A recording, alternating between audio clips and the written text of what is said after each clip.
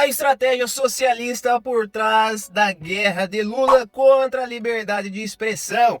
Meu povo, Lula, hoje vamos falar dele. Imagine-se entrando nos bastidores de um jogo político intenso, onde cada movimento é estratégico e cada palavra tem peso crucial. A estratégia socialista por trás da guerra de Lula contra a liberdade de expressão. Você será levado a uma jornada fascinante através das intricadas táticas de um dos líderes mais influentes do Brasil e mais mentiroso também, né, meu povo? Vamos ser sinceros. Hoje vamos falar de um relato, de um testemunho de Michael da Gazeta do Povo, onde ele relatou. Então hoje vamos contar esse testemunho dele, viu, minha gente? Quando eu estava na casa dos meus 20 e poucos anos, me encantei pelo Partido dos Trabalhadores, PT, uma turma de esquerda, e seu líder Luiz Inácio Lula da Silva. Fiquei vidrado num livro massa que li em 1991, Desprezando o Medo de Ser Feliz, dos caras Amy Sader e Ken Silvestrin.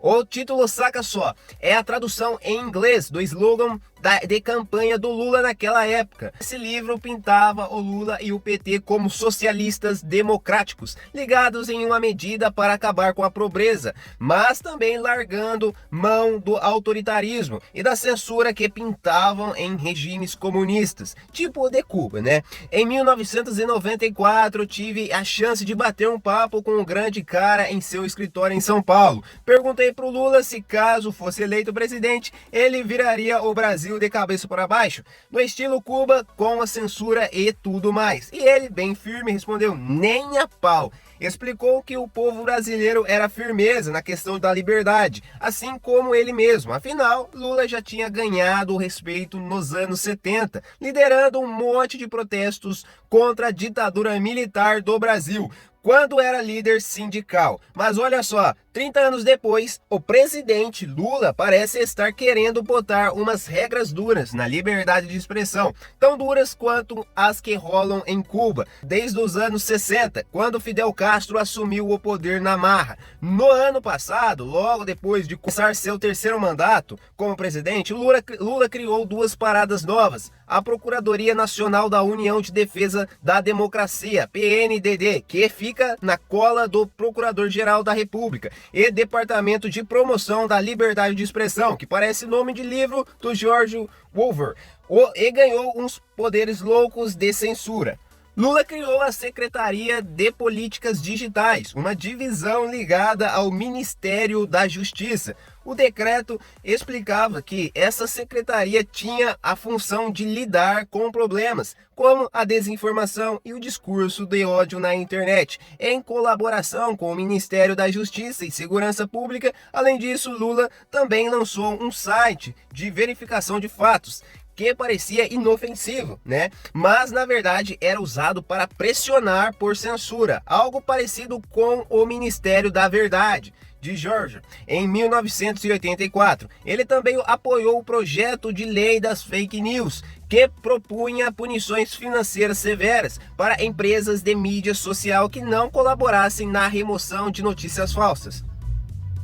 Embora o PL das fake news não tenha sido aprovado, a maioria das solicitações de censura atualmente vem do Tribunal Superior Eleitoral, TSE, do Brasil, que é oficialmente independente do Executivo.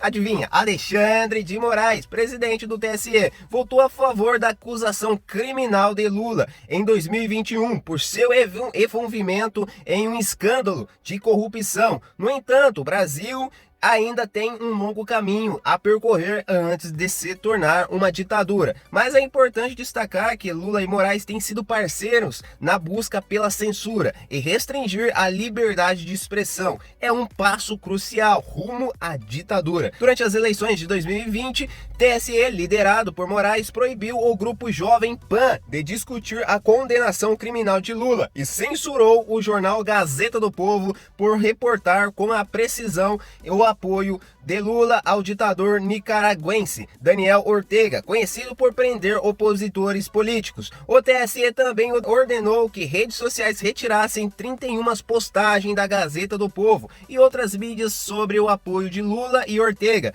antes do segundo turno, pessoal. Veja bem, das eleições presidenciais de 2022, o advogado de Lula acusou os apoiadores de Jair Messias Bolsonaro de criarem um ecossistema de desinformação, o que levou o TSE a censurar 55 figuras proeminentes, incluindo Bolsonaro, seus filhos, jornalistas e ativistas. Moraes até estabeleceu um núcleo de inteligência policial secreto para supervisionar a censura. O compromisso de Lula com a censura é evidente em fevereiro de 2023. Ele escreveu Unesco, defendendo a censura. Em janeiro de 2024, afirmou que a liberdade não inclui disseminar mentiras sobre vacinas nas redes sociais e que a democracia estará ameaçada se não regulamentarmos as redes sociais. Em março do mesmo ano, Flávio Dino, então ministro da Justiça e agora ministro do Supremo Tribunal Federal, anunciou planos de legislar sobre a regulamentação das redes sociais.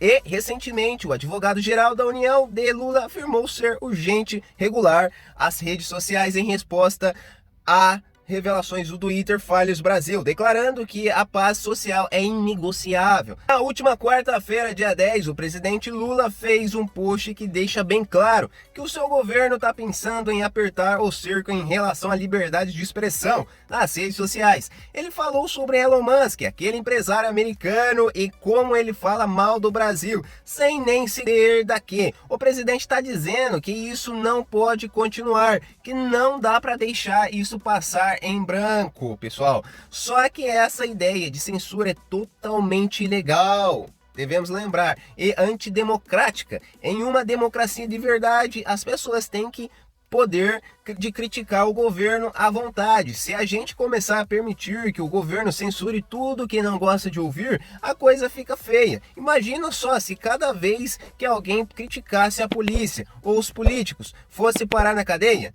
A Constituição do Brasil é bem clara quanto a isso. Ela protege a liberdade de expressão política, dizendo que não pode ter censura política, ideológica ou artística. Então fica evidente que essa censura que TSE tentou fazer antes era só o começo do que o governo Lula está querendo fazer agora. E por quê? Bom, pessoal, a cada dia tá ficando pior ainda. Eu vou terminando aí até metade, senão o vídeo vai ficar longo demais. Eu vou estar colocando a reportagem do Michael aqui na descrição para você olhando o testemunho dele. É um pouco longo, mas com bastante informação. É fato, é nitidamente fato, pessoal, que nós estamos vivendo numa falsa democracia. Temos que ser realistas, temos que ser verdadeiro, pessoal. Nós estamos vivendo numa falsa democracia e isso não pode ser permitido, pessoal. Nós não podemos esquecer que somos a esperança desse Brasil. Nós sabemos que a política corrupta está no poder. Nós não podemos deixar isso acontecer, gente. Temos que lutar contra isso, tá bom? Pessoal, espero que vocês tenham gostado do vídeo. Eu quero teu apoio, se inscrevendo no canal, ativando o sininho das notificações, deixando aquele like, comentando do que você achou dessa notícia, tá bom? É muito importante. E o YouTube entende que esse conteúdo é relevante e começa a distribuir para mais e mais pessoas. Pessoal, nós estamos vivendo num péssimo momento, num momento não tão bom para o Brasil, mas nós somos a esperança. Nós podemos mudar esse Brasilzão. Eu conto com você.